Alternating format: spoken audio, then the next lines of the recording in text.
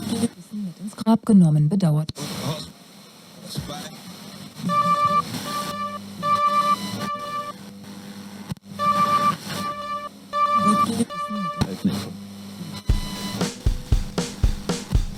What they did not say, or what did not get through the very reasonable tight security censorship that gave a real indication of what our terrible new weapon achieved.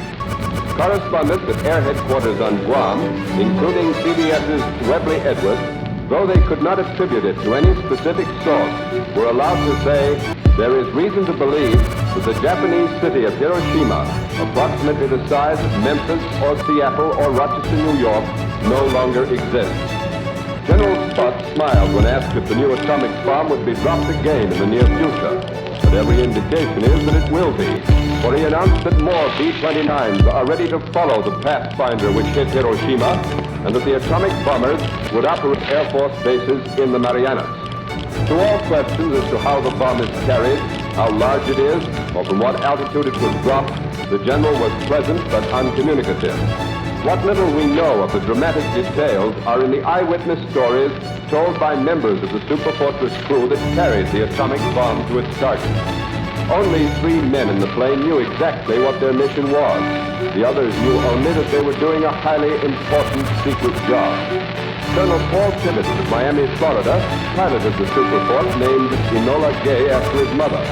The other 2 men who had spoken the full knowledge of their mission were Captain William F. Parson of Santa Fe, a Navy ordnance expert, and the plane's bombardier, Major Thomas W. Ferraby of Mocksville, North Carolina. Colonel Tibbets, who has been specially trained for the mission, received a Distinguished Service Cross from General Spot as soon as the plane returned from Marianas. Tibbets told newsmen in a matter-of-fact voice that the bomb run up to Hiroshima was uneventful right up to the dramatic moment of bombs away. Then he saw a flash, felt the saw a flash.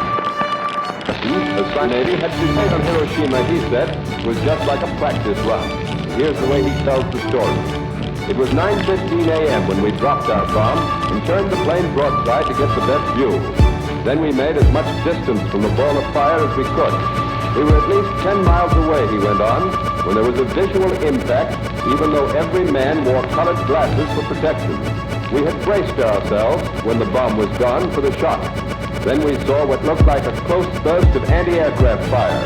And somebody said, "My God," and we couldn't believe what happened. A mountain of smoke was going up in a mushroom with the stem coming down. At the top, Captain Parsons continued, was white smoke, but up to 1,000 feet from the ground, there was a swirling, boiling dust. Soon afterwards, small fires sprang up on the edge of the town, but the town itself was entirely obscured. We stayed around for 2 or 3 minutes, and by that time, the smoke had risen to 40,000 feet. Both Captain Parson and Colonel Tibbets described the explosions as tremendous and awe-inspiring. Neither would give any estimate of the damage done, but they said it must have been extensive. The Air Force was not willing to trust the human eye to record the Hiroshima attack. Cameras were taken along, but photographs taken at the time of the bombing showed only smoke.